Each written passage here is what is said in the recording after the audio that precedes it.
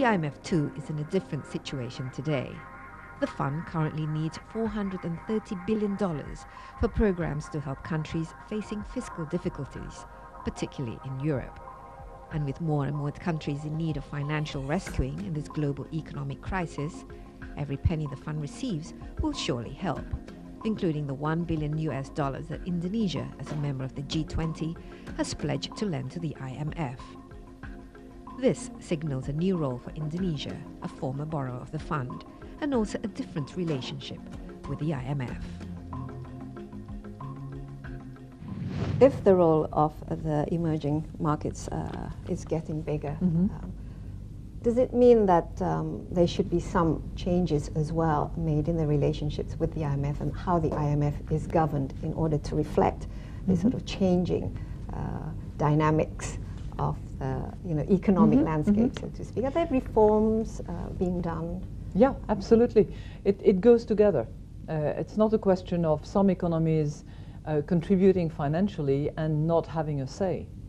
So the 2010 reform that needs to be completed before 2012 is exactly a response to that.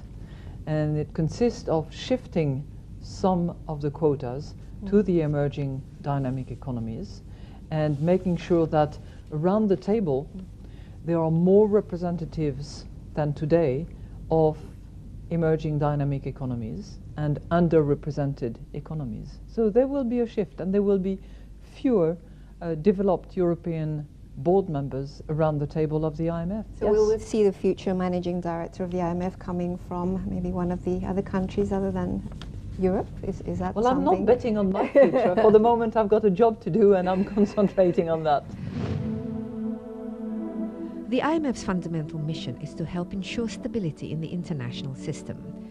It does so in three ways: keeping track of the global economy and the economies of member countries, lending to countries with balance of payment difficulties, and giving practical help to members. The IMF has been on the front lines of lending to countries to help boost the global economy as it suffers from a deep crisis.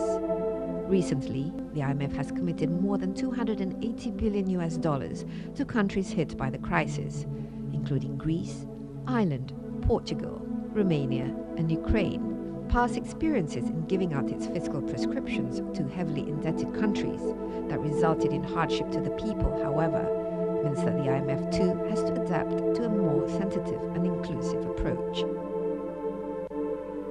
But how healthy is the IMF? I mean, and the other thing is, what lessons has the fund itself learned from all these crises that we've gone through since 1998 until the recent crisis? Are adjustments being made in how money is being channeled and kind of programs that the IMF is supervising at the moment? Well, two things. First of all, this is the core of our mission, to help our members when they're facing difficulties. And we've been doing that for 60 years, over 60 years actually. So we have expertise, practices that we have observed for many, many, many decades, not just the last 20 years. And learning from that, that's my second point. I think our approach has evolved over time, and that we are more attentive to the social fabrics of society, that we are more attentive to having a dialogue with the institutions and civil society representatives, including, for instance, the unions, including the Manufacturers Association representatives, making sure that everybody is on board and that our proposed programs are actually endorsed and owned by the authorities with which we have this dialogue. Now, are there differences in how you approach all these problems? For example, I remember one of the results of the financial crisis here in Indonesia. I mean, it's a hardship for the people. It's one of the reasons why the IMF sort of had such a bad name. In Europe, what is the approach? Are you using a sort of similar approach, or are you sort of making the approach as the people are responding to the crisis? What sort of prescription? As I told you, I think the approach has evolved over time because we learn on each and every program. And there has been, number one, a concern about inclusion, making sure that as many people as possible, including from civil society, are at least in a dialogue, if not on board, with the program principles. Number two, we are also very attentive to having in place social safety nets, so that the poorest in the population don't take the hit and the hardship as much as more privileged part of society.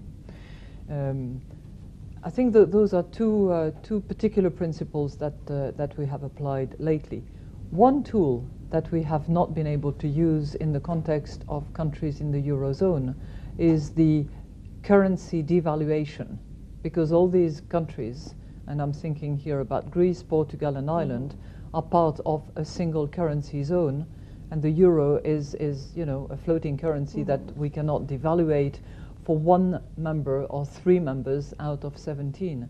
So we had to use different tools, such as, for instance, internal devaluation, which is hard, which is tough on people.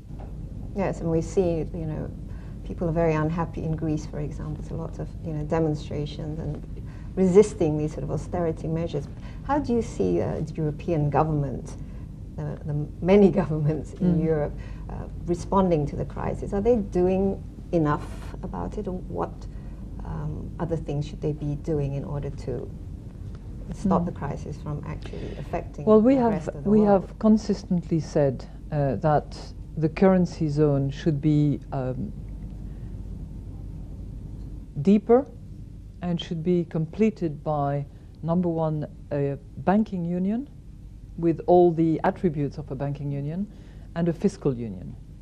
So those are two attributes that need to be added to the currency zone in order to comfort investors in particular that the Eurozone and the euro are here to stay, and that the concern that they have about the sovereign credibility of that region are not justified. Is that something that's in the offing, banking union and fiscal union? Is it coming up? Yes. Is it something that they are actually if you look at on? Yeah, I think the European partners in the Eurozone are considering. They have certainly said so at their last European Leaders' Council. They have agreed to go towards banking union by way of a single supervision system. That is step number one. There will be more steps on the way, and I hope they can clarify their roadmap as they have indicated they would before the end of this year. Do they listen to you in Europe? Well, of course they listen.